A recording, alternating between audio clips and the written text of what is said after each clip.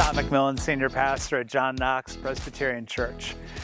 On Sunday after worship, we had invited kids to bring their bikes and their trikes for kind of a big carnival here in our parking lot. And so it was so fun to watch it happen. One of our staff members is an engineer, works for NASA, and also helps here at the church. And he kind of designed this course with, cones and stuff and chalk on the ground to orient kids around this loop. And so we watched the kids just have so much fun.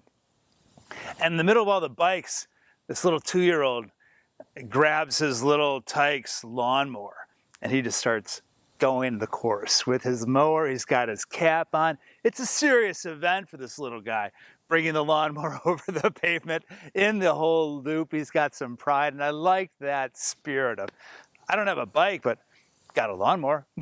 I'm going at it. Paul has a passage where he says, don't be conformed to this world, but be transformed by the renewing of your mind so you can discern what is the will of God, what's good and acceptable and perfect. It's easier to be just conformed to this world because transformation feels daunting, doesn't it? It feels daunting. So we're more prone to kind of just slip into the molds, slip into the patterns of a world. But God is inviting us into something distinct. Be transformed by the renewing of your minds. But for that work, you got to kind of identify, how is God working? What does God want to do? What changes do I believe God wants to kind of create within me and around me?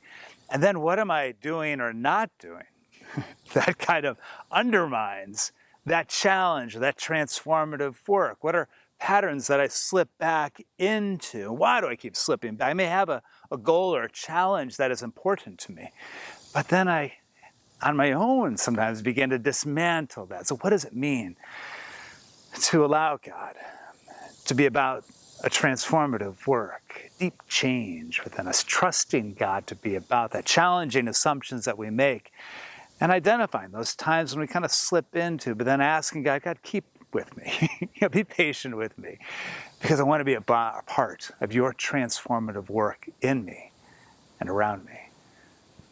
Remember, when you're facing challenges and changes, think of Benjamin with his little Tykes mower out there, just going at it, enjoying the chances to be distinct and God's beloved child in this world. Remember, you're not alone. God cares for you, and so do we.